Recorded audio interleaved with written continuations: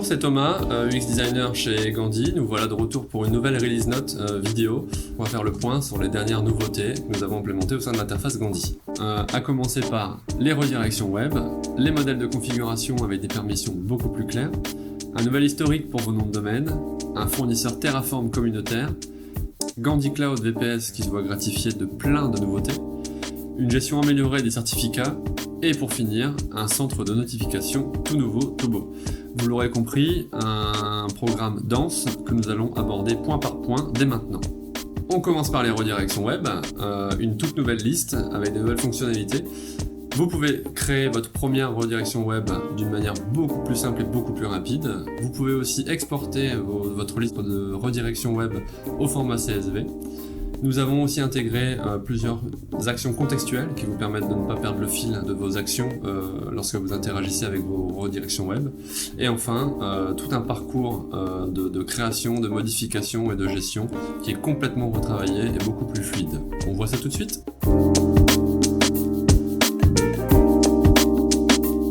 Comme je vous le disais, des nouveautés au niveau des redirections web. Vous pouvez donc créer des redirections web beaucoup plus rapidement. Vous êtes guidé à travers la création de votre première redirection. Et ici, par exemple, dans le formulaire, je crée une redirection donc de blog.gandhidemo.fr qui redirigera vers gandhidemo/blog. Voilà, ici vous pouvez choisir le type de redirection, permanent ou temporaire, avec une indication en dessous qui vous permet de comprendre la différence entre les deux choix. Nous allons créer la redirection. Une fois la redirection créée, nous revenons sur la liste des redirections. Nous avons une petite confirmation visuelle qui nous indique que ça a bien été créé. Effectivement, la redirection est dans la liste. Et ici, on peut exporter la liste en fichier CSV. Je vous montre ce qui se passe quand on ouvre le fichier CSV et la manière dont il est organisé. Voilà, donc c'est un fichier avec toutes les informations sur la redirection. Je vais maintenant vous montrer comment on effectue une modification sur une redirection de manière assez rapide.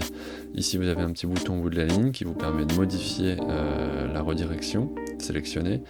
Ici je la passe en temporaire, hop, je clique sur enregistrer, j'ai une confirmation visuelle et ma redirection est bien passée en temporaire. Voilà. Enchaînons maintenant avec les modèles de configuration. Nous avons intégré une alerte qui vous permet de visualiser nettement mieux les droits que vous possédez sur ce modèle de configuration. Ainsi, vous pouvez voir tout de suite si vous pouvez faire une action ou pas sur ce modèle de configuration.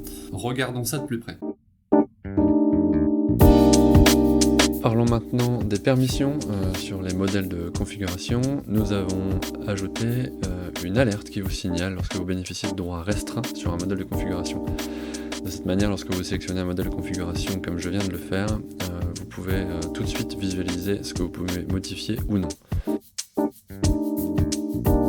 Enchaînons maintenant avec une nouvelle fonctionnalité, l'historique des noms de domaine, accessible depuis l'onglet Activités. Vous avez ainsi une liste qui répertorie tous les événements qui se sont passés sur votre nom de domaine.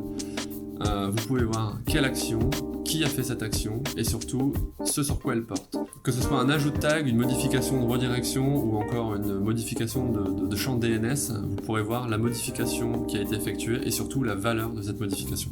On regarde ça tout de suite.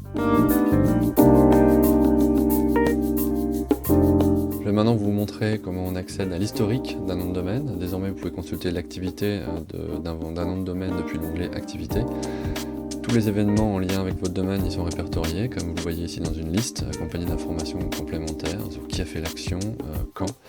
Et vous avez, dans la mesure du possible, accès à des détails sur les modifications, comme ici, sur une modification de zone DNS, vous avez l'ancienne et la nouvelle valeur.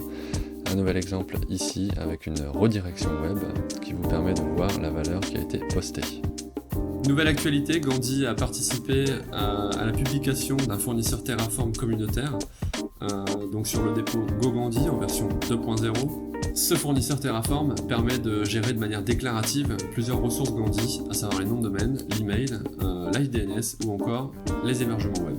On passe maintenant aux nouveautés Gandhi Cloud VPS. Nous avons implémenté la fonctionnalité Snapshot sur Gandhi Cloud VPS. Vous pouvez donc créer un snapshot en un clic. Vous pouvez visualiser ces snapshots à travers une liste dédiée et vous pouvez supprimer un snapshot aussi à partir de cette même liste, à travers des boutons d'action contextuels, comme vous trouverez un peu partout dans l'interface. Et comme un bonheur n'arrive jamais seul, sachez que nous avons aussi implémenté la fonctionnalité snapshot automatique. Regardons ça en détail.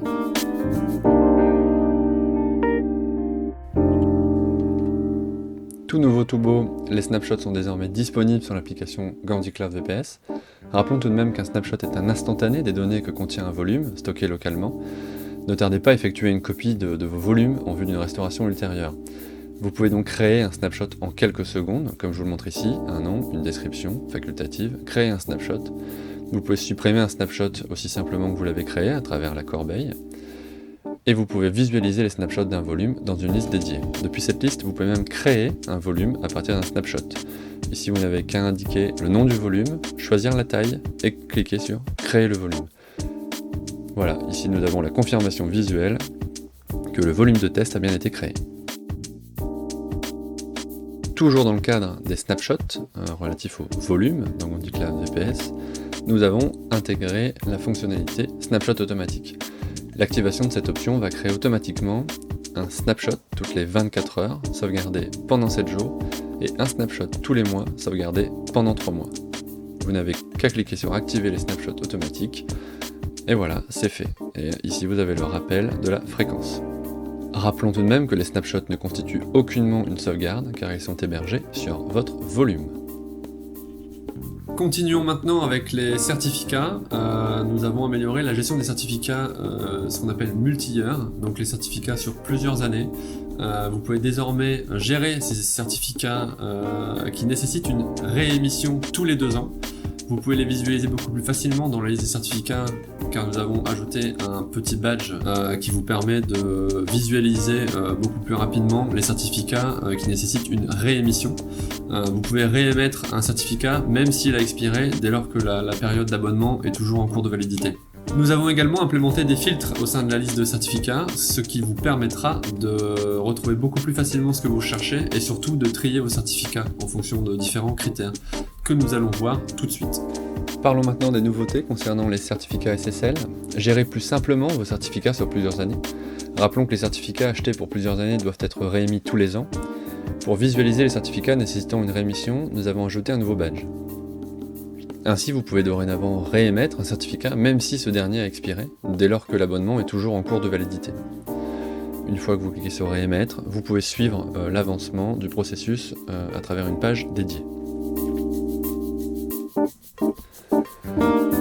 Revenons à cette liste de certificats SSL et parlons maintenant des filtres. Nous avons implémenté des filtres qui vous permettent de retrouver plus rapidement ce que vous cherchez. Vous pouvez ainsi filtrer par organisation, par type de certificat, par date de fin d'abonnement, par date de fin de validité, par package ou encore par validité. L'ajout de ces filtres s'inscrit dans une démarche d'homogénéité pour coller avec l'ensemble des listes au sein de l'application client. Et enfin, terminons avec le centre de notification, une nouveauté et pas des moindres, puisqu'elle vous permettra de gérer les abonnements aux lettres d'information ainsi qu'aux emails relatifs aux produits qui vous sont envoyés. Vous n'avez qu'à sélectionner le format de l'email que vous voulez recevoir. Vous pouvez aussi sélectionner l'organisation qui recevra les communications. Et vous pouvez sélectionner le type de notification que vous souhaitez recevoir. Regardons ça de plus près.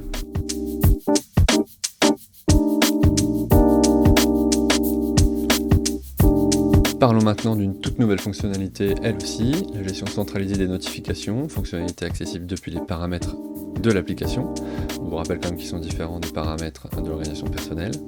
Vous pouvez donc désormais vous abonner ou désabonner des différentes lettres d'information ainsi qu'aux emails relatifs aux produits. Vous pouvez choisir le format des différents emails en HTML ou en texte brut. Vous pouvez choisir le type des notifications que vous voulez recevoir. Ici, la souscription des lettres d'information, lettre d'information générale avec une description de son contenu, la lettre d'information sur l'hébergement avec une description également, ainsi que la lettre d'information pour les entreprises. À chaque souscription ou non, vous avez une confirmation visuelle qui vous permet de bien voir que votre choix a été pris en compte. Vous pouvez aussi sélectionner l'organisation pour laquelle vous souhaitez activer ou désactiver ces notifications.